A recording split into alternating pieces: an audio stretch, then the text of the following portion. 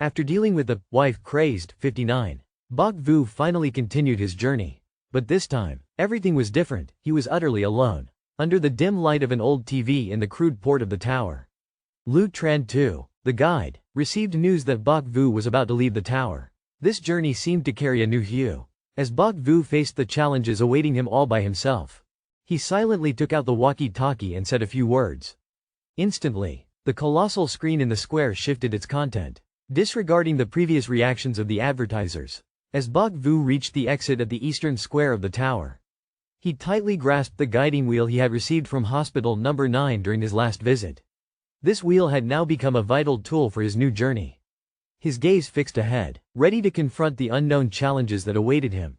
Ultimately, Bok Vu decided to delve into the mysteries left behind by Ilya's master. He stepped into a mysterious forest beyond the tower, where a colossal ancient tree stood and a vast cave lay shrouded in darkness.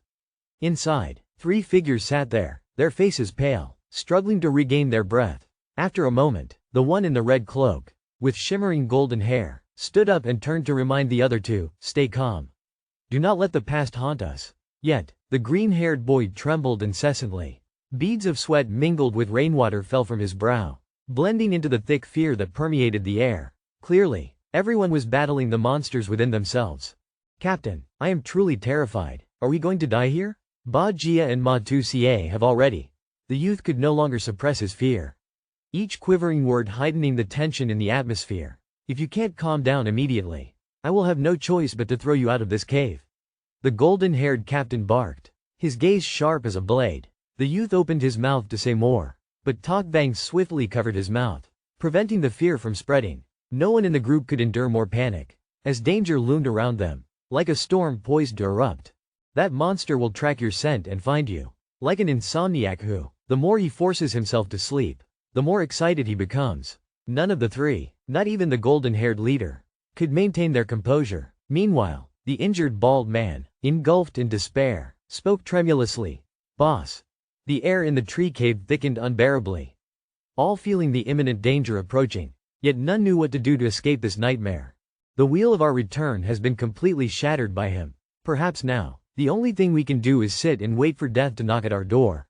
Right? As the words faded, the space within the tree cave suddenly fell into an eerie silence.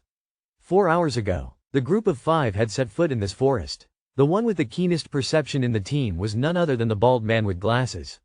Although he was merely a mercenary of wild deer, he was still a 3rd-tier vitality seer. Upon discovering that there was only one monster in this forest with a weak aura, the group mistakenly believed they could easily eliminate it without needing to evade. But soon enough, the golden-haired leader realized the grave mistake he had made. It was not that the bald man had betrayed them, nor had he misjudged the monster's strength. The reality was far more complex and perilous. This fallen beast possessed no remarkable offensive power, speed, or defensive capabilities. Its grotesquely large form resembled that of a typical weak monster. Yet, no matter how hard they tried to kill it, it simply would not die. Time sped by, and within just 4 hours, the 2nd and 3rd members of the group were successively eliminated. The team of 5 was now reduced to 3. The worst part was that their wheel of return had been stolen by the monster. This plunged them into a deeper despair than ever before. The group could hardly comprehend how this creature was so acutely aware of the value of the wheel of return. This indicated that, beyond its physical strength, it also possessed extraordinary intelligence. The combination of power, immortality, and superior intellect had led them into an inescapable predicament, creating a profound sense of fear and utter hopelessness. In retrospect, the fallen beast had deliberately feigned weakness to lure them into a trap. The golden-haired captain sat down in the center of the tree cave, his strength seemingly depleted, despair washing over him like a dark tide. The group found themselves in a deadlock, with no one knowing what their next move should be. The pressure from outside felt like an invisible net tightening around them, constantly threatening their existence. The tense situation and confusion arose not only from the immortal monster but also from the feeling of helplessness in the absence of any escape, compounded by the harsh constraints of the world beyond. The bald man with the magnetic staff was in a state of despair. Captain Golden Hair fell into chaos, while the green-haired youth became sluggish. The devouring fiend was now ravenously gnawing on the remains of Tam Xie, and though his voice trembled, he uttered a faint glimmer of hope. "If we can just remain calm, perhaps we can escape this time." His words shone like a flickering light in the darkness, reflecting the rising tide of expectation and desperation within their hearts. They understood that only calmness and cunning could help them survive this encounter with the terrifying monster. Yet, given their current state, the question loomed large. Would they have the strength to steady themselves and devise a clever plan to overcome this deadly threat? "You look like a little ant trembling in panic," the bald man muttered, his gaze weighed down by his own degradation, unable to utter a word filled with hope. Outside the tower, the chance of anyone stumbling upon them seemed as fragile as a spider's thread. In the final moments, he could only manage a weak smile, instead of being afraid. Focus on the brighter things. But his words, tinged with sorrow, only deepened the gloom in the atmosphere. The bitter phrases echoed the despair enveloping their minds, as they realized that the prospect of survival was slipping further away. The feeling of being trapped between hopelessness and deadlock was like a nightmare. While time continued to flow, unceasing and relentless, the bald man had completely given up the ability to feel, his eyes seemingly prepared to await death. "Old man, stop talking," Captain Goldenhair shouted, cutting through his pessimistic words. "Even if death is upon us, we cannot stand here waiting helplessly. You too, get up and regain your spirit." He slowly rose, his gaze directed out of the tree hollow. His robust face provided some comfort, but the sudden sound of footsteps from outside made all three shudder. Why had the demon arrived so swiftly? Goldenhair quickly leaned aside, trying to evade the impending danger. Though he knew that escaping death was nearly impossible, he could not fathom that the demon's attack speed would be so swift. "Can I see your three? The next storm will arrive in 300 seconds. If you wish to survive, it's best to scout and exchange information now." The newcomer was the one who had been brought here long ago by the Wheel of Fate. The three stood in stunned silence. They easily recognized this voice belonged to a human. Though it sounded youthful like the green-haired boy, the lazy tone carried an extraordinary power.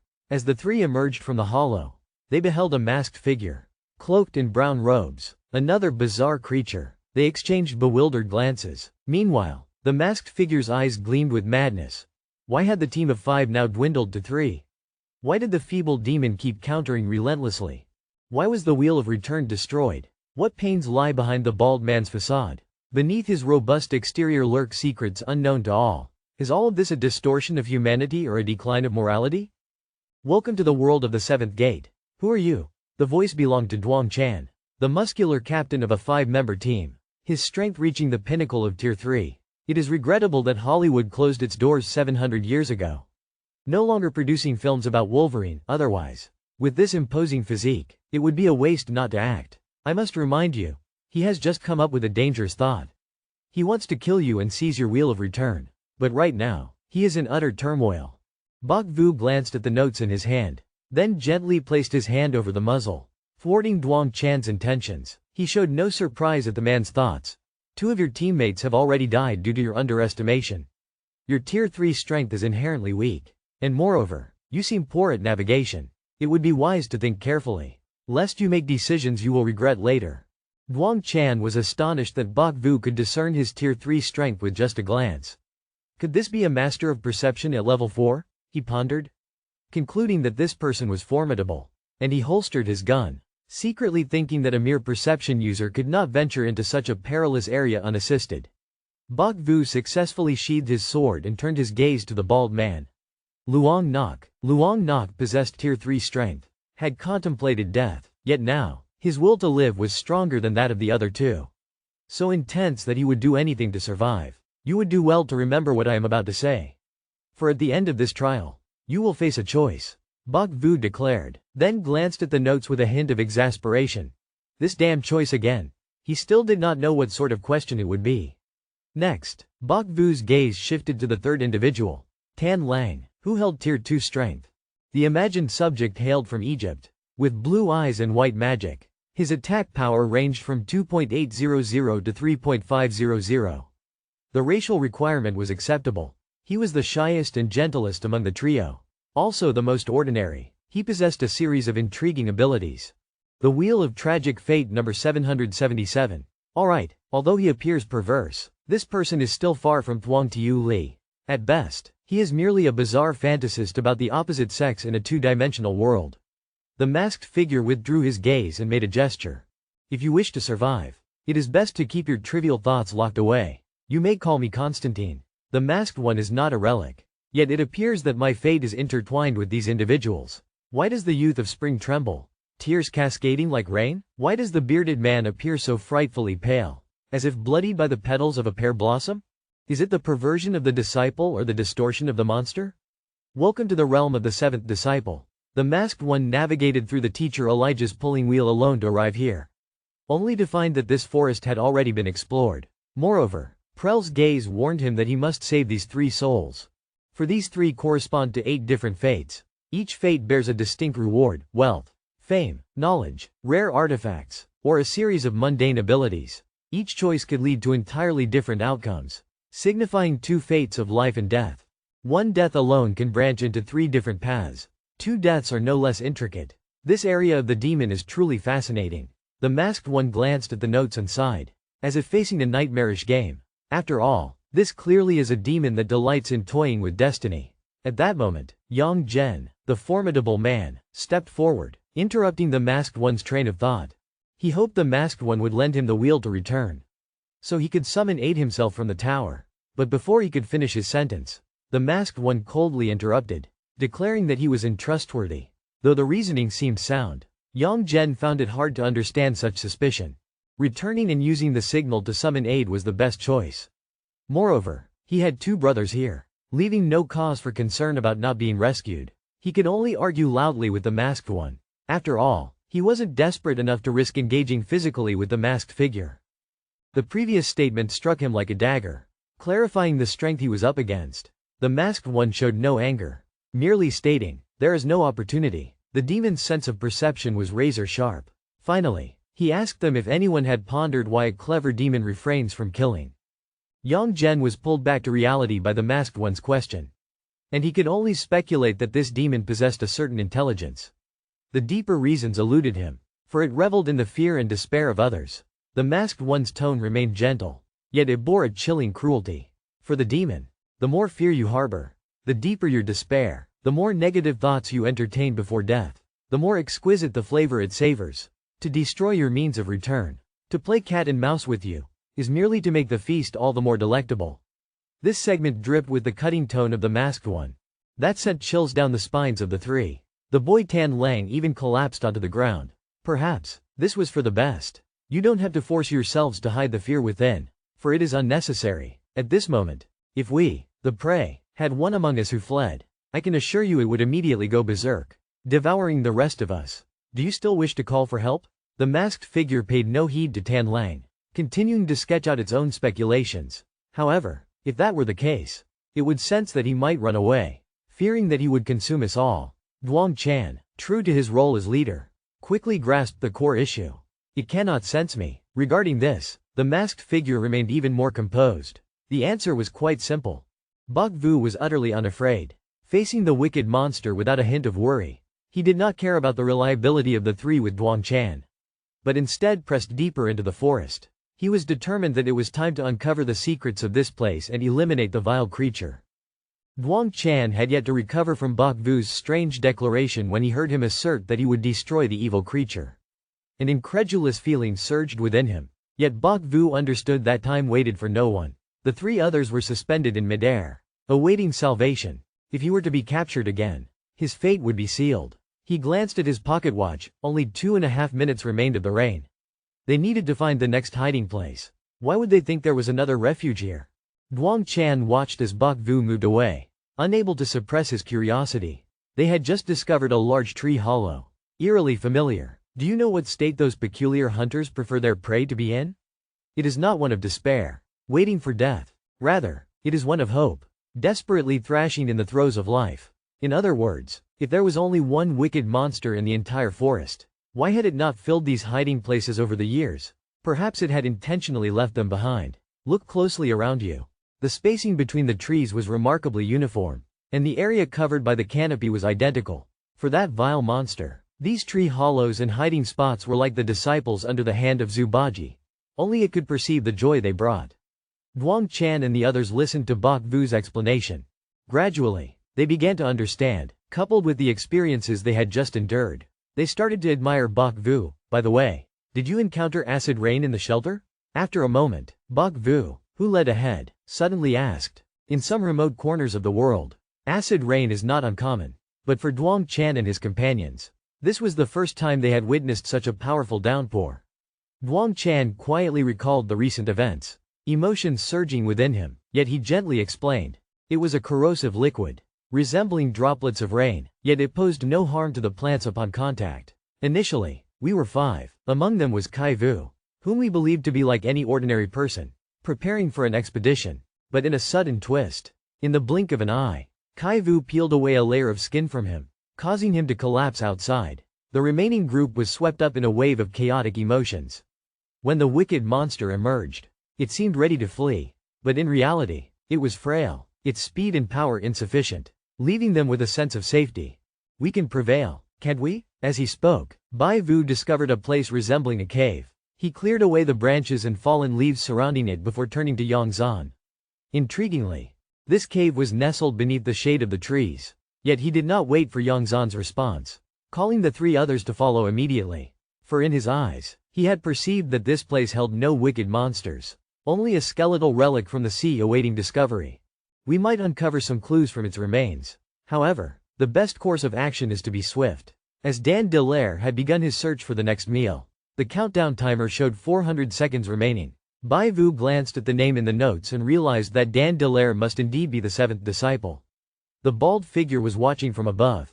The other 2 will come down with me. Bai Vu wasted no time, issuing a direct command for all 3 to follow him. Luong Nok instinctively prepared to protest, but Yang Zan quickly intervened, agreeing with Bai Vu's decision. After all, Luong Nok possesses the strongest sensing ability in the team, Yang Zan asserted, affirming Luong Nok's role in this situation. Under the pressure from both Bai Vu and Yang Zan, Luong Nok had no choice but to comply, whether he wanted to or not. He understood his importance in detecting any signs of danger in this perilous area. I will lead, you all follow, Bai Vu stated decisively, continuing to arrange the formation, placing himself at the forefront of the 4-person group. However, this time Yang Zan called for him to stop. He turned to Tan Lang, who had been silent and hesitant throughout, commanding, you go ahead. The sudden shift in positions caught Bai Vu off guard, yet he remained silent. Tan Lang appeared anxious, but dared not refuse and stepped forward. In this manner, Yang Zan aimed not only to assess Tan Lang but also to subtly affirm his own caution in a situation rife with surprises and dangers. Duong Chan added, this way will be safer. He emphasized the number 3, the symbol of luck. However, this did not hold true for the possessor of the heavenly gift chain 777 Bai Hai Luan Ban. In reality, the bearer of this divine chain was not a fortunate soul, for its effect meant that each day, there was a 6/7 chance of encountering misfortune, a staggering 77 times more than an ordinary person. Bok Vu understood this well, and given the current circumstances, he could not fully trust the luck Duong Chan spoke of. Danger lurked in the shadows, and everyone had to remain vigilant. If the Bai Hai Luan Ban did not fall into misfortune but instead turned to a 1/7 chance of good fortune, that individual would possess extraordinary luck, 777 times greater than normal. This rendered their luck so extraordinary that it bordered on disbelief. At that moment, Bok Vu discovered a hole in the ground and prepared to descend, only to be halted by Duong Chan. Bok Vu could not comprehend why Duong Chan was so determined to prevent him. Duong Chan was not only concerned for the safety of the group but perhaps also desired to control the situation to avoid unforeseen surprises. He sensed that with the shifting tides between misfortune and luck of the Bai Hai Luan Ban, this journey might not merely be one of ease, and exercising caution was more crucial than ever. Tan Lang was tasked with leading the way, but as his gaze fell upon the note from the placer eye concerning the Bai Hai Luan Ban, he immediately grasped the unfolding mystery. Simply put, on the fateful day of July 1st, his chances of finding money would far exceed those of others. During these days, events could shift in a wondrously favorable manner. Yet, Tan Lang was acutely aware that for the majority of the time, he would be confronting terrifying misfortunes. This realization caused him to hesitate, but ultimately, he resolved to obey the command and stepped forward. However, no one envied this gift. After all, the probability of encountering misfortune was exceedingly high, and if fate were unkind, he might not even survive to witness that fortunate day. Thus, Bok Vu refrained from commenting on Duong Chan's arrangement. He merely speculated that today might indeed be Tan Lang's lucky day.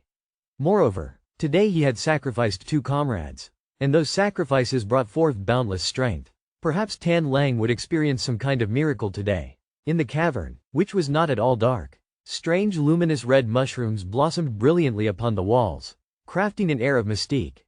Bok Vu trailed behind Tan Lang, his eyes fixated on the mushrooms, suddenly wondering why he was reminded of the blood-red spheres. Yet, the interplay of red and white sent chills down his spine, and after absorbing the atmosphere, he concluded that maintaining a safe distance would be wise. "Hello, I am Tan Lang, the one in the lead." Tan Lang attempted to initiate a conversation, to alleviate some of the fear. Allowing a timid boy like him to lead was truly a challenge.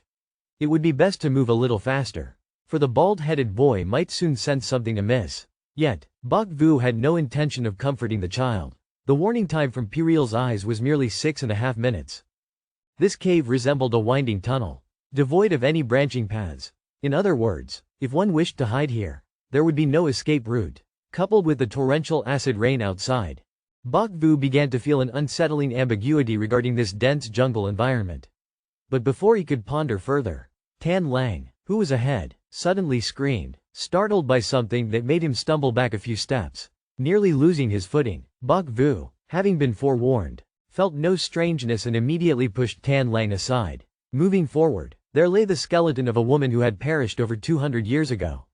Regarded as one of Dan Delaire's collections, unlike other collections found elsewhere, this skeleton left behind a perplexing mystery, difficult to discern between truth and falsehood. The monster possessed the ability of endless regeneration. No matter how severely it was injured, it would quickly recover. However, if it came into contact with rainwater, the agony would require a certain time for it to mend. Bok Vu knelt before the skeleton, observing with great care. His attention was focused on the notes concerning the indistinguishable truths of the legacy left behind. This suggested that, although this legacy was likely the experiences compiled by a previous individual about this place, it might also be flawed. Alternatively, the one who left this legacy could have been a victim of deception. He found his own legacy truly terrifying. When mentioning that vile monster, did you discover anything intriguing within the battle against it? Contemplating this, Bok Vu decided to inquire about the two who had once faced this perilous threat. The malevolent monster harbored human thoughts, yet bore a decaying body. Despite its lackluster speed and strength, we initially believed we could contend with it and even managed to suppress it for a time. However, regardless of the injuries it sustained, it remained capable of instantaneous recovery. The gravest injury it endured was when it seized the body of the second elder in the rain. That was due to the acid rain. At this moment, Duong Chan candidly confronted Bok Vu's question, withholding nothing. Hearing Duong Chan's words, Bok Vu suddenly pondered a possibility. This vile monster might possess a perverse level of regeneration. Almost every injury was incapable of truly extinguishing it. Yet perhaps, acid rain was its Achilles heel. In other words, what could vanquish that monster was the world outside the tower. It was merely a matter of finding a way. Luring it into the acid-drenched area and devising a method to keep it ensnared in the rain might offer hope for its destruction. But how to ensure the monster remained within the rain? At present, Bok Vu had a clear grasp of the terrain. Every distance between the objects, all lay within the acid-affected area, each zone equivalent in size, distributed like a game of international chess. The black area would be attacked by acid, while the white area would shelter from the rain. Yet, acid was not always present. Bok Vu pondered deeply. No method had yet been found to break the deadlock. It was apparent that the information he possessed was still insufficient, and Bok Vu felt that something was concealed. However, the information from the skeleton's legacy was entirely consistent with what Duong Chan had provided. Could it be that Sun Yu truly had the power to defeat the wicked monster? Piriel's eyes seemed to have grasped Bok Vu's unease. Beside the skeleton, a ring was swiftly drawn out by him. Just the day before, when Dan Delaire visited the skeleton, he left that very ring behind. Such trivial details should not have escaped him. Yet it was undeniable that the little man beside him radiated an extraordinary fortune. This was a wedding ring. The wearer of the ring would temporarily love the one who placed it upon their finger. Enveloped by the intense joy of love, though an inanimate object, it was confined only to the outside of the tower. Is there an image forming in your mind? Wait, you wouldn't be tempted to take it for something crude, would you? So it turns out you are that kind of person. What a coincidence. I am as well. In Bok Vu's mind, an image truly emerged, especially the note that had used the term intuition. This place felt unbearably heavy. Everyone should imagine for themselves. At that moment, From the other side of the cave came a strange sound. Tan Lang and Duang Chan were startled upon hearing the odd noise. It was the warning signal from the bald boy. Luong knock. At the cave entrance. Constantine, we need to leave here quickly, he said. Anxiety evident in his voice. We must at least avoid the rain and find a spacious place to counter. It's too cramped here. If we get cornered, it will be like being caught in a dream as a frog. Duang Chan called out to Bok Vu and immediately led Tan Lang rushing towards the cave entrance. He was no fool. When Luong Nok signaled a warning, it was clear that Sun Yu and the wicked monster were closing in. The air suddenly turned thick with tension. Bok Vu quickly stuffed the ring into his pocket, bracing for any situation. He silently followed behind, counting each second in his heart, acutely aware of the gravity of the situation. Outside the cave, acid was slowly dripping down, a colorless, odorless liquid falling upon this forest as a dire warning. The three acted immediately, swiftly reaching the entrance. At the entrance, Luong Nok saw the three safe and breathed a sigh of relief. Gasping for breath, he hurriedly inquired about the situation inside the tree hole. Having accepted the need to survive, he craved life more than anyone else. Meanwhile, Bok Vu suddenly turned his gaze towards the thickening mist. If there is no further information, then when the rain stops, he will return. At that point, Duang Chan had not finished his sentence when he suddenly paused. As if a flash of insight had struck him, he suddenly remembered one thing. If Constantine truly was a master, then with this group of feeble foes, could he not easily suppress them? Previously, without Priral's keen eyes, Bok Vu had thought this was merely an ordinary rain. Now, a vivid image flashed in his mind, the human body, teeming with fluid, from the white genetic cells to the crimson rivers of blood. Green bile, though it is transparent. I will give you a hint. This is not saliva. He spoke with a tense tone. What should we do now? When the rain ceases, he will come back. At that point, Duang Chan had barely completed his thought when he halted again. As if something had suddenly illuminated his mind, he recalled that if Constantine was indeed a master, then with this group of enemies, he could easily overpower them. He explained to Luong Nok and glanced at Bok Vu, who also sensed the impending danger. Not far away, beneath the canopy of a giant tree, through the mist, Bok Vu spotted the silhouette of the villain. This was a fiend with bizarre tastes. Even after 2 centuries of petrification, this beautiful woman was not spared from his grasp. Yet, he was a truly good person, for he had never penned a diary. If he had, you would find on every page lines about healing and saving lives. And you would be unable to sleep, engrossed in reading until midnight, only to realize that each entry contained the same 2 words. This question, if answered correctly, would yield 3 points, but a wrong answer would cost valuable resources. Bok Vu looked at Dandila with a bewildered expression, for Priral's notes were indeed peculiar. He understood the madness surrounding it all, but was the act of cannibalism truly so natural? Why did Dandila require such a special reminder? Moreover, with a level of only 4, it seemed this was not an illusion. But when the rain subsides, he will return. At that moment, we will. Duang Chan had not completed his statement when he suddenly stopped. As if a thought had sparked in his mind, he realized that if Constantine really was a master, then facing this weak group of foes, could he not easily overpower them? Was there a possibility of a counterattack? Or was Dandila truly too weak? Furthermore, the opponent still held cunning tricks up their sleeve. The tricks of absolute rebirth. You understand that, but what of the speed and strength of the diminished magnetic field of illness? It seems to still favor us. How shall we act now? Seeing Bok Vu standing frozen, his gaze fixed on the villain, Duang Chan felt a wave of anxiety wash over him. But when the rain ceases, he will return. At that moment, we shall. Before Duang Chan could finish his thought, he hesitated, as if a sudden light flickered in his mind. He recalled something. If Constantine truly is a master, then against this group of feeble foes, could he not easily suppress them? He felt compelled to question Bok Vu again. But when the rain ceases, he will return. At that moment, we shall. Duang Chan had yet to complete his sentence when he suddenly halted.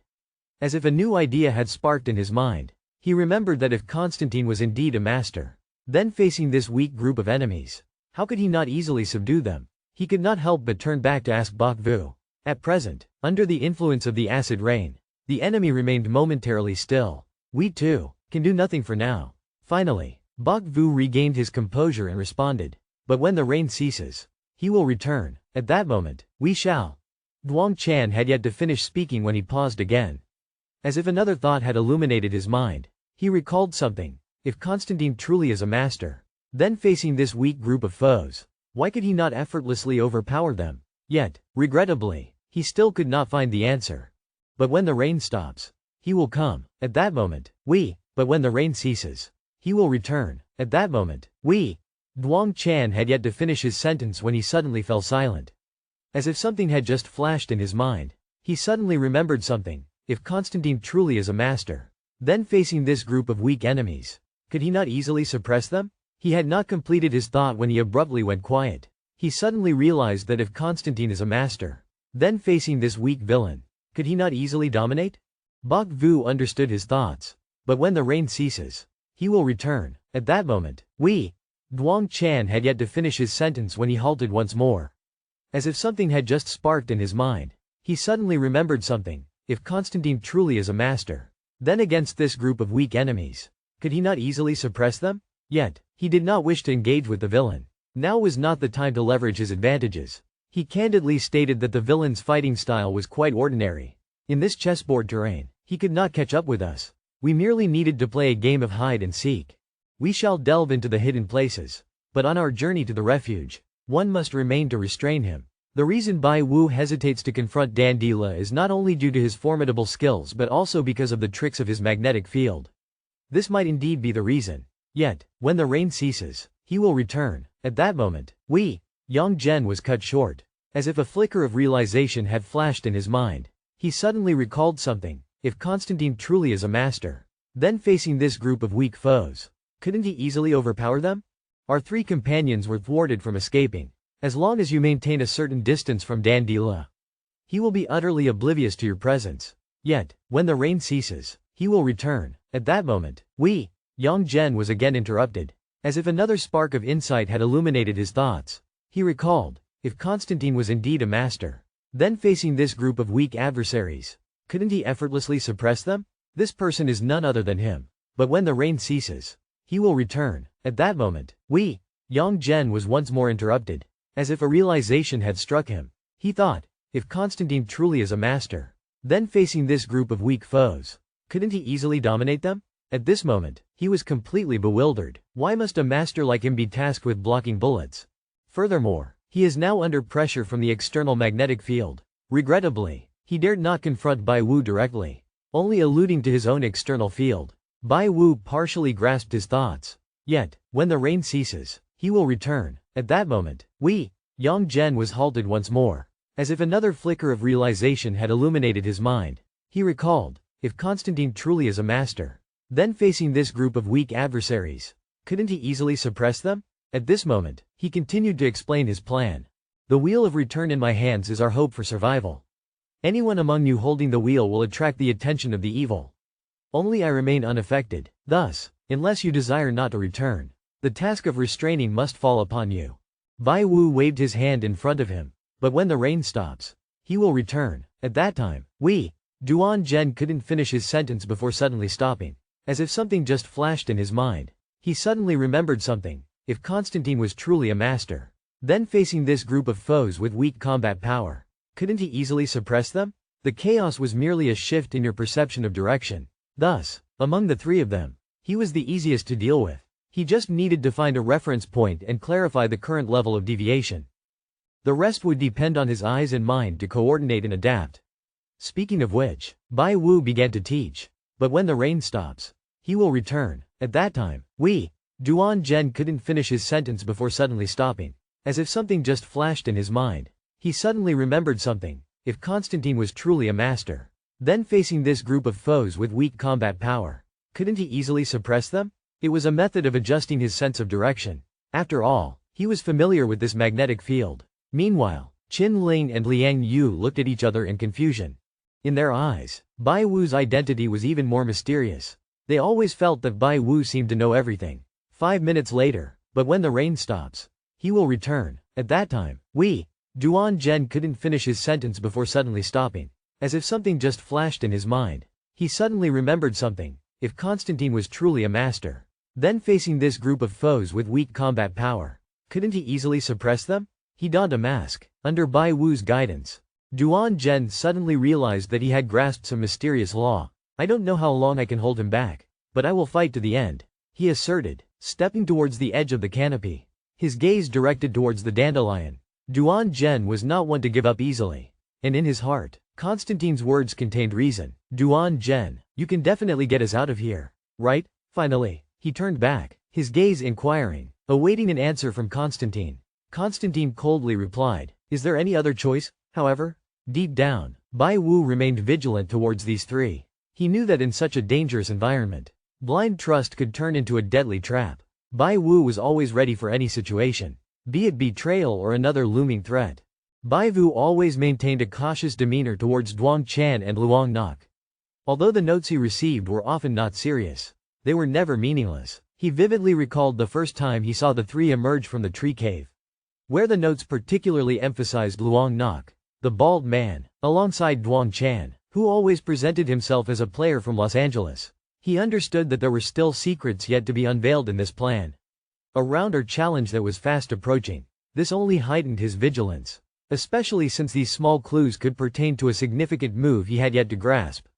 Bai Wu recognized that caution was the decisive key in this situation, fraught with mysteries. Perhaps both of these individuals were concealing their own secrets, representing an unpredictable variable. As the rain ceased, he pondered that when the storm finally abated, he would return. At that moment, Duang Chan was interrupted mid-sentence. As if a sudden idea had sparked in his mind, he suddenly realized one thing. If Constantine was indeed a master, then facing this not-so-strong group of enemies, could he not easily suppress them? Taking long strides towards Dandela, the only thing he could do now was trust in Constantine. And Dandela showed no hesitation. In this forest, it was the home ground of the monster. For it, the resistance of prey was the joy it always sought. Duang Chan still staggered from the panic, but compared to before, when even moving became a struggle, his situation had greatly improved. Dandelion, however, was different. He had grown weak from complications caused by the faulty magnetic field within his body. This ailment turned him into a significant vulnerability within the group, unable to withstand the pressure from the predator in this perilous forest. Though only a level 4 monstrosity, it was overwhelmed by the panic of level 3 warriors. Bai Wu refused to accept that these people should perish here. He would not kneel before Duang Chan. The moment an opportunity arose, Bai Wu paused briefly, then led the group diagonally, rushing towards the next shelter from the rain. Each movement was precise and agile, aimed at evading the pursuing monster. In the tense atmosphere, he knew he could not afford to waste a single moment. Bai Wu was determined not to let a single drop of acid rain touch his body, for it was highly likely that this was Wei Dai they were facing. He was also mulling over the previous notes, that within the human body there existed not only saliva but also an extremely corrosive clear fluid. Instantly, images of gastric acid flashed in Bai Wu's mind. This acid could be related to how the acid rain functions in this forest. And this only heightened his anxiety as he faced both invisible and tangible dangers. Is there a giant among these monsters? That remains uncertain. It is possible that the entire group is inside a colossal creature. But if this is indeed a stomach, what role does Dandelion play in this entire scenario? As clues slowly unfold, Bok Vu realizes that there may be a deeper implication regarding the connection between the forest, acid rain, and what is happening to Dandelion. If everything is part of this giant stomach, then Dandelion might just be the key to understanding and overcoming this threat. Bok Vu turned to look back. The information available indicated that acid is a factor that could significantly weaken the limitless regenerative abilities of this monster. However, it is also possible that this is merely a trap set by this superior predator, designed to lead them into a more intricate scheme. The doubt about whether this information is truly useful makes Bok Vu more cautious. He knows that when facing a ruthless and cunning hunter, every apparent flaw could be part of a larger trap. The truth still needs to be verified. But that is precisely what makes everything intriguing. Standing in the midst of a battlefield like a gigantic chessboard, Bok Vu feels as if he is confronting Ilya's old master in a tense game of chess. That feeling reminds him of the ancient saying, "The western wind cannot hide its actions." The master's path weighs heavily on the knowledge of victory. Bok Vu realizes that every step he takes on this battlefield could be part of the enemy's grand scheme. And only by making the right moves can he uncover the truth and emerge victorious. 10 minutes ago, at the rudimentary port beneath the tower, a livestream of the trade in counterfeit and inferior goods was abruptly interrupted. And all eyes turned to another broadcast. Initially, the audience was bewildered, but soon, excitement surged as they realized this was a fierce battle outside the tower. The atmosphere transformed instantly, with the audience being drawn into a brutal survival challenge, where blood and life hung by a thread. Within minutes, the audience's attitude flipped like a sharp turn at the peak of a kina. Shouts and curses erupted incessantly, and even the slogan, RNM, pay up, was chanted like a curse that could last for 700 years. On the balcony, Lu Tran II, known as first-generation Hai Hao, secretly observed with a frown. He could not believe that this livestream had incited such outrage among the audience, who had expected bloody and dramatic battles but were met with the dull calmness from Bok Vu. Quickly, he also became enamored with his partner. The people in this world did not need cameras, all they needed were their hands to capture the moment. The images the audience craved were not of dinosaurs but of female characters tearing apart humans. Only brutal scenes could hold their gaze. Only blood and fear can stimulate the excitement of the audience. Lu Tran II, while helping Bok Vu set up the livestream, meticulously considered the preferences of the viewers. Yet, what surprised everyone was that Bok Vu was a perfect insulator against evil. He was utterly unaffected by negative emotions and frequently utilized the eye of placer to control every situation. This made it difficult for the evil forces to exploit Bok Vu, resulting in a livestream that was less dramatic than anticipated. However, at the same time, it created a unique distinction as the audience became captivated by the way Bok Vu handled situations with clarity and precision, rather than letting emotions overwhelm him. The moment he stepped into the forest of the seventh gate, Bok Vu possessed the ability to foresee lurking dangers. The audience, having watched from the beginning, had yet to catch a glimpse of the evil presence. Furthermore, due to the livestream equipment being locked in Qi Lin's hands, this broadcast was completely devoid of sound. The viewers felt as if they were watching a bewildering and incomprehensible show, akin to a turtle crawling ashore. This left them unable to fully grasp the unfolding story, reduced to mere images lacking the crucial sound element that could have infused the livestream with tension and allure. This broadcast was colorful yet strangely boring. Change the channel. Change the channel. The audience couldn't stop questioning why they had to endure a scene of men idly chatting about romance. A storm of complaints surged, thickening the atmosphere with tension. Lu Tran II, who was secretly observing from behind the crowd, felt as if he were adrift in a sudden whirlpool. He could not have imagined that the broadcast he had eagerly awaited would incite such outrage and chaos. Initially, Lu Tran II eagerly anticipated the moment Bok Vu would appear. But now, reality was far removed from his dreams. The screen displayed a scene of three people standing outside a tree cave, conversing with Bok Vu. Lu Tran II was unclear about what Bok Vu was doing, but it was evident that this was not the image he had longed for, a heroic, powerful Bok Vu slaying his foes. The expectation of a bloody, dramatic battle had been replaced with mundane conversations, leaving both the audience and Lu Tran II feeling disheartened, uncertain of what would happen next, and whether the broadcast could salvage this situation. Completely contrary to expectations, Lu Tran II both hoped that Bok Vu would not encounter danger while secretly wishing for the evil beings to suddenly emerge, enough to pull the show back from the brink of stagnation. He understood that behind his confusion, the sponsors and audience were all betting on this livestream. Lu Tran II silently prayed for something explosive to revive the situation. For if everything continued to be this dull, the support from the audience and sponsors would swiftly dissipate. The audience's growing discontent signified that the sponsors would soon turn to Lu Zhangzi to exert pressure. In this apocalyptic era, the crowd was merely a tool. True motivation lay in the pursuit of profit. If the program failed to meet expectations, financial troubles and pressure from sponsors were inevitable. Amidst the throng of spectators, a teenager, around 15 or 16 years old, clad in tattered clothes, wove his way through the crowd. He sought a better vantage point, his bright eyes fixed on the screen, unwilling to miss a single detail of the broadcast. The teenager had been there for quite some time, his keen eyes continuously scanning the faces around him. The impatience of the crowd grew palpable, while the organizers stood frustrated yet powerless. The teenager muttered carefully to himself, analyzing each situation in his mind, striving to push further into the throng. He understood the audience's discontent and the concerns of the organizers. The failure of this broadcast was not just the concern of those directly involved, it could ripple out, affecting much greater interests that he was determined to exploit. In this tense moment, the ones most anxious were none other than the live broadcast team. After a brief scuffle, the teenager turned and spotted Lu Zhangzi standing dazed on the balcony. Lu Zhangzi seemed weighed down by disappointment, both mentally and physically numb. The sponsors, who could no longer bear the strain, finally approached him to voice their grievances. Lu Zhongze had no choice but to bow his head in apology. For in their eyes, he was the one responsible for the disastrous failure of the livestream. They cared little for the reasons or difficulties the team had endured. They only demanded a successful program to reap their rewards. In the current world of live streaming, every passing second brought financial losses. The fraudulent advertisements of the past might have sparked controversy, but they were a far cry from the bitter criticisms from the present audience. Just give us 5 more minutes.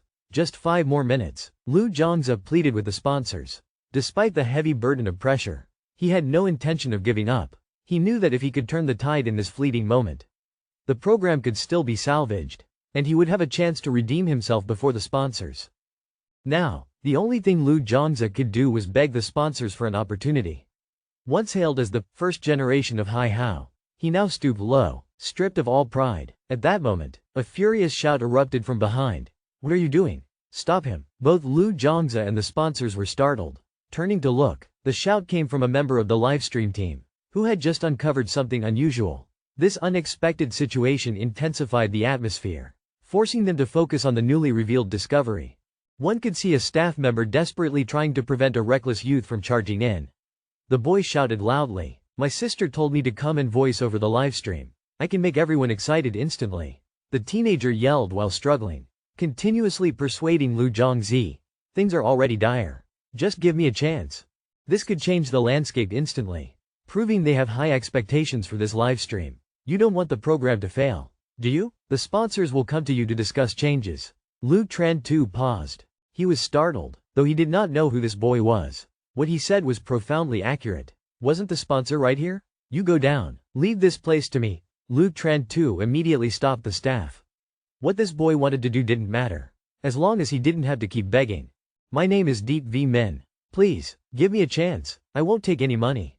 Trust me, after the integration, the program will be much more interesting." Deep V Min quickly introduced himself at the opportunity. Sound integration? It sounded like a promising solution.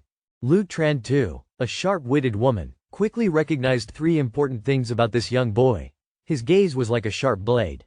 His situational observation was keen, and he had a remarkable ability to seize opportunities. He could even become a Neptune, someone capable of manipulating any situation and expertly controlling the emotions of others. Lu Zhongze understood that with these skills, this boy not only had talent but also the potential to soar high if he learned to harness his powers. Lu Zhongze quickly realized that people like this boy often possessed genuine talent.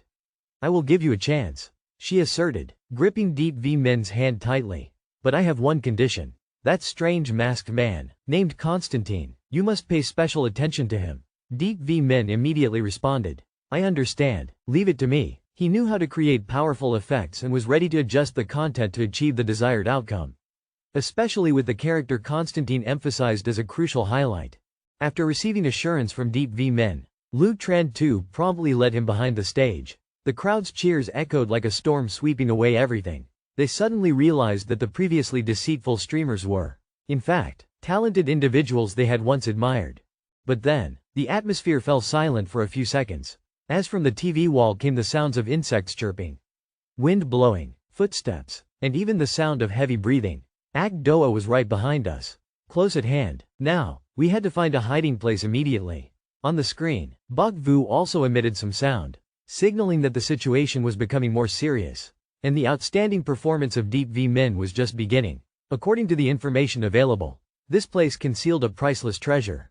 The sounds blended together, vividly recreating the scene of wild exploration, making the adventurous atmosphere come alive, allowing the viewers to feel every detail of the journey. This scene not only placed the audience at the heart of the tense adventure but also ignited the suspense and drama of the program.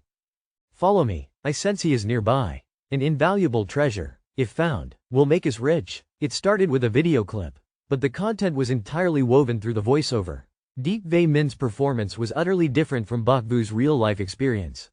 While Bok Vu faced genuine dangers, Deep V Min skillfully used voice acting to craft a story full of drama and suspense.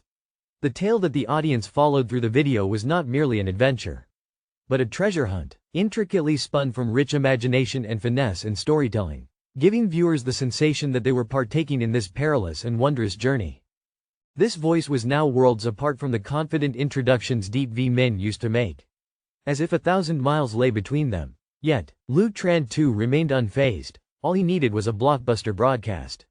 Nothing more. It could be said that he had discovered a treasure. Regardless of how deep V Min's tone and attitude had shifted, Lu Tran too focused solely on how to make the broadcast captivating and engaging for the audience. As long as he achieved that, everything else became trivial. Lu Tran too suddenly felt a surge of hope, and the audience's cheers fell silent in an instant. The sponsor, who had intended to meet Lu Tran too to discuss changing the program, had now paused. In the distance, Bok Vu remained unaware of these developments. He would never think of it. His advantage had transformed into his greatest weakness during the livestream. No one knew that his actions had inadvertently led to a completely different version due to the interference of sound. At this moment, Bok Vu, Tan Lang, and Luong Nok had entered a new cave, a place devoid of the sea. Inside the cave, glowing mushrooms resembled skeletal eggs.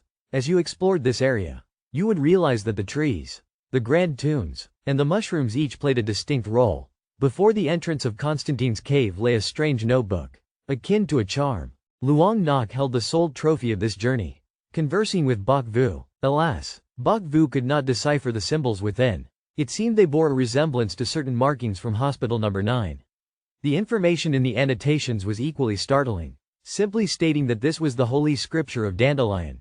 Let's go. The information in this cave is far too limited, Bok Vu thought to himself. Last time, he had taken a rain, but this time he hadn't brought his notebook. Based on his notes, Bok Vu speculated that these hideouts were connected in some order. Perhaps this notebook served as a record, chronicling and preserving events over time. Bok Vu felt that exploring these hideouts could lead him to a chain of events or crucial clues, aiding him in unraveling the mysteries of the forest and the forces manipulating this place. This is certainly a type of document that can only be referenced when facing the final boss. Bok Vu reminded himself, I must hurry. The rain is coming. In this forest, acid rain fell every few minutes, a rain that, upon contact, would instantly corrode flesh and bone. Bok Vu sensed the impending danger, urging himself to act swiftly before the deadly rain poured down again, lest he lose the chance to uncover vital clues. Even the master of this domain could not escape unscathed. Yet, this acid rain did not harm the vegetation in the forest. This provided an opportunity for Bok Vu and Tan Lang to confront the malevolent forces. Thus, Bok Vu commanded Duong Chan to block the enemy. They began to search around, but within the newly discovered hideout, only an old notebook remained, nothing else. Bok Vu's gaze seemed to affirm his suspicions about this mysterious army. As the three prepared to leave the cave, a tense atmosphere enveloped every corner. Suddenly, the screams of Dandelion echoed from deep within the earth. Tan Lang, the shy boy with a heart ablaze, felt a surge of anxiety. Dandelion was facing off against his captain, Duong Chan. Yet, Bok Vu appeared unfazed. He had sensed this beforehand. Duong Chan truly had the power to suppress Dandelion. But more importantly, they needed the courage to seek a safe refuge before the next downpour struck. Duong Chan, on the ground, as Bok Vu had surmised, grew stronger with every battle. At that moment, outside the tower, the magnetic segments were swirling chaotically, like a storm ready to unleash its fury. Now, nothing can threaten him anymore, Bok Vu thought to himself. On the other side, Dandelion, though indestructible, felt the magnetic power surging within him, a force that would not easily dissipate, regardless of his familiarity with it. As the acid rain began to fall, Duong Chan wasted no time, pushing Dandelion into the treetops to escape the brutal downpour.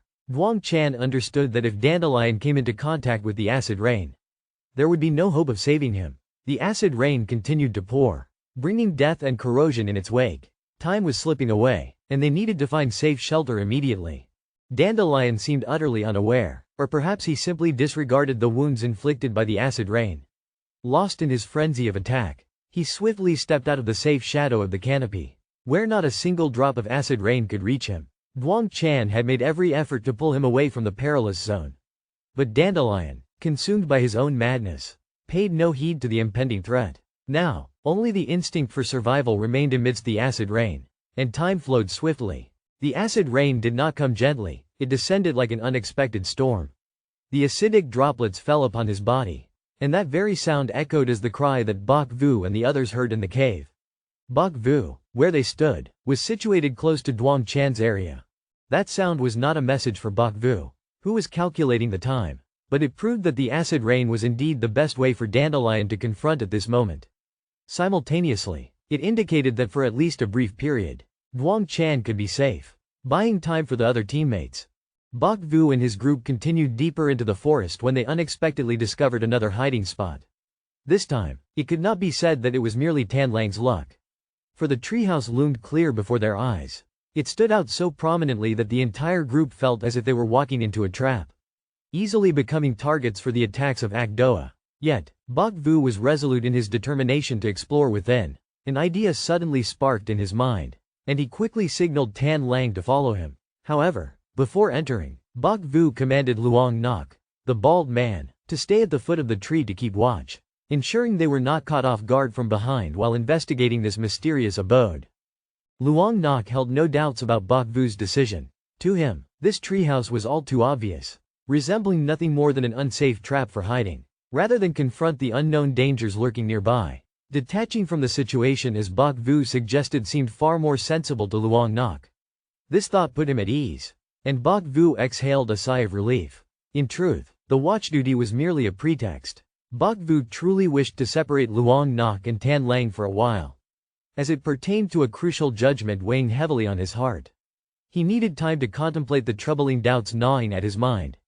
Meanwhile, on the second floor of the tower, in the command room of the 7th Brigade investigation team, Goku, Bok Vu's father, was still engrossed in handling documents. He remained blissfully unaware of the complexities his son was facing in the forest below. Just at that moment, Goku's phone rang abruptly. The smug voice of a girl echoed from the other end. "Hello. Little Cuckoo, I've already resolved half of the matter you entrusted to me, although I couldn't hire security outside the tower. This time, with the help of Tu Deep 2, he will undoubtedly shine the brightest on the bottom floor." Her tone brimmed with confidence and satisfaction, as though she had everything firmly in hand, while the listener was ensnared by the tense situations unfolding in the forest and the acid rain. Upon hearing the girl's voice, Goku's mood immediately lightened. After all, having her around was always beneficial, and her work performance was exceptional. However, she had one flaw: her relentless greed and often reckless speech. Goku gently inquired, "Is there anything else? If there's nothing urgent, you may hang up, I'm quite busy." His voice returned to its calm demeanor, but it was evident that he wished to conclude the call swiftly to refocus on the pressing situation at hand. "Oh, why are you being so cold? I'm telling you, Tu Deep 2 is one of my potential successors. If you spill the beans early, how will you compensate me?" Hearing this, Goku smiled slightly, but promptly reverted to a serious state. Earlier, he had commissioned a security company to protect Bok Vu. In reality, that was only part of it. During the protective operation over Bok Vu, although Bok Vu noticed, he did not resist. Naturally, 59 was also aware of every move Bok Vu made. Thus, he quickly deduced one thing: Bok Vu might be planning another entrepreneurial venture, live streaming the genuine experience of survival outside the tower. Throughout this endeavor, Goku had invested considerable effort. First, he firmly demanded that the mysterious origins of Bok Vu's mask remain undisclosed. When Lu Tran Tu contacted the live streaming organizer, he had spent a significant amount of money to quietly establish connections with the security company. In truth, only Lu Zhangzi could complete this mission, but it was insufficient to accomplish it in such a short time. Next came Bai Wu's livestream, to ensure the audience remained unaware of the true process, and to prevent Bai Wu from exhausting himself. He continued to communicate with the people at the security company. The one Bai Wu considered a junior was indeed Yi Wei Ming, otherwise no savior would have appeared in time. Bai Wu's livestream with Lu Zhangzi had already concluded. As for the purpose of 59, it was quite simple. First, to allow Bai Wu to earn money. Secondly, the common people would be filled with rich imaginations about investigators like Bai Wu. This would help Constantine build a reputation, although 59 was still unclear on how to utilize this fame. He sensed that one day, Constantine might truly change the fate of those below. To be honest, he had treated that kid too well. They had only known each other for a short time. He didn't really like men. Did he? The woman on the other end of the line grew angrier as she noticed Goju's silence and pressed him with questions. "When my people return, I will have them contact Yi Wei Ming. He is a very smart child. This morning, we could tap into his talents." Goju paid no heed to the ramblings from the other end, calmly replying to each sentence, "You're his person. So who am I to you?" Immediately, I recognized the deep green of Lei Ji Yu, realizing that lately, he was nothing more than a mere tool. Unfazed by the anger from the other side, Goju decisively hung up.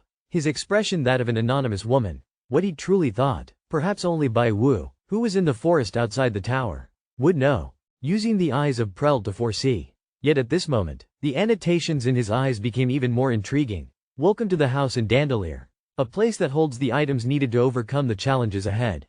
Open your eyes wide. The acid rainforest and the winding caves like veins await. There is even the treehouse that has withstood the test of 700 years. The more he explored, the heavier his heart became with the journey out of the tower into this forest.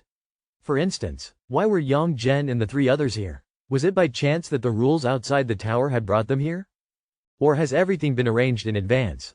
Just like your experiences in the ninth hospital? It seems that the true master of this house has heard the whispers of Bai Wu's heart. As Bai Wu opened the door, he beheld 3 items on the table, reminiscent of the trials faced in the ninth hospital. Yet, this time is different from before. This time, Bai Wu can take all 3 items, but 2 of them will lead him astray. Only 1 item can truly aid the 4 in escaping their plight, the syringe containing negative energy, and the umbrella that can shield against acid rain. And that round object was a usable wheel. Tan Ling could only recognize the wheel among the 3 items. However, in Bai Wu's eyes, the next riddle had already emerged. If the other 2 items were to be recklessly used, they could very well lead to the death of one among the 3. Bai Wu fell into deep contemplation. 3 destinies, 8 outcomes. The footnotes always hinted that the number of survivors would influence the unfolding events. Thus, one would be passively compelled to choose from the 8 endings. Or could they actively choose? These 2 scenarios bore a significant difference. The former represented the struggle to preserve the lives of the 3. Yet ultimately, due to numerous unforeseen factors, it could lead to the demise of one or even all 3. The latter signified a conscious choice of a particular outcome, such as willingly sacrificing 1 or 2, or even, should they deem all 3 deserving of death, not rescuing anyone at all. If it were the latter, it meant that among the 3, at least one harbored a grave issue. The situation grew increasingly complex. Yet Bai Wu felt no anxiety, rather, he found himself more intrigued. Tan Ling, do you wish to leave this place? Contemplating this, Bai Wu tossed 2 questions toward Tan Ling. If only you could escape alone, then the other 2 would have to perish here. Tan Ling was taken aback by Bai Wu's sudden inquiry. His perspective and understanding differed from Bai Wu's. He recognized the wheel but was uncertain whether it was usable. Of course, I want to leave. Don't you have the ability to save everyone? Yet he quickly recalled what Bai Wu had said to Duang Zhen. I might not be able to save that many people. To be frank, if I could only save one person, I would choose to save you. But now, you must answer a few questions for me. Bai Wu didn't believe that the young man with white eyes could offer valuable advice. But today, Tan Ling was indeed fortunate. Perhaps he could draw insights from the 3 objects at hand. One was the wheel, another was the antidote for negative states, and the last was the acid rain umbrella. Bai Wu did not think that this younger brother obsessed with the white dragon could provide useful counsel. Yet today, Tan Ling was carrying the luck of a lucky prince. Perhaps he could reference the 3 items he had proposed. 1 was the reversal wheel. 2 was the antidote for negative states. And 3 was the acid rain umbrella. Tell me which item you believe is the most important. Lord Constantine, the guidance you just mentioned refers to potential, doesn't it? I find all 3 items to be quite important. Tan Ling was in disarray in Bai Wu's thoughts, but upon remembering his 2 teammates, he immediately regained his seriousness. The elder brother has fallen into a state of chaos, while Luong is caught in a whirlwind of emotions. If we had an antidote, we could bring them back to the light. The monster seems to fear the rain. If we have an umbrella, perhaps we can lure it out to destroy it. Tan Lang thought for a moment and said, if we had 3 umbrellas, that would be wonderful, but even 1 is not too serious. Upon hearing this, Bok Vu realized that the utility of the umbrella was not the greatest. Just as he had predicted, these analyses helped Bok Vu gain a clearer perspective on how to handle the complex situation in this forest teeming with mysteries and dangers. This piece they had seen before, it was the Dandelier Diary. This is a tightly woven logic system. If among the 3 items, only one can help them escape their perilous situation and achieve one of the 8 outcomes, then it is clearly not the umbrella. Because once the umbrella is activated, the demon will surely have the ability to eliminate the other 2. Dandelier may not be dangerous, but this area could be a living entity. The wooden beams shaped like fishtails, the glowing red mushrooms, along with the phenomenon of acid that cannot corrode. This is not just a hint, it is indicating that something is wrong here. I am convinced that the umbrella will be the most useful item. If only one item can be chosen, then it must be the umbrella. Just then, Tan Lin presented the answer before Bok Vu. This was exactly what Bok Vu was thinking. The umbrella is definitely the most crucial item. But there is one condition. The rain must truly be capable of destroying the demon. Dandelion is clearly not like other low-level demons. Even if it merely stimulates bodily transformation, it possesses the perfect shifting magnetism. Perhaps this is the work of Master Elijah, making Dandelion unique and more intelligent. So the question arises, how do you perceive this house compared to previous hideouts? Bok Vu smiled, extending his hands and tossing the question back to Tan Lin. What are you pointing at? I don't feel anything at all. Tan Lin suddenly scratched his head. All this time, he had been viewed as a lucky charm. The others in the team also didn't pay much attention to his thoughts. Don't you think this house is too clean? Demons usually carry a foul odor. What do you mean? I don't seem to understand. Tan Lang said with a naive expression, scratching his head in confusion. He had always been regarded as the team's lucky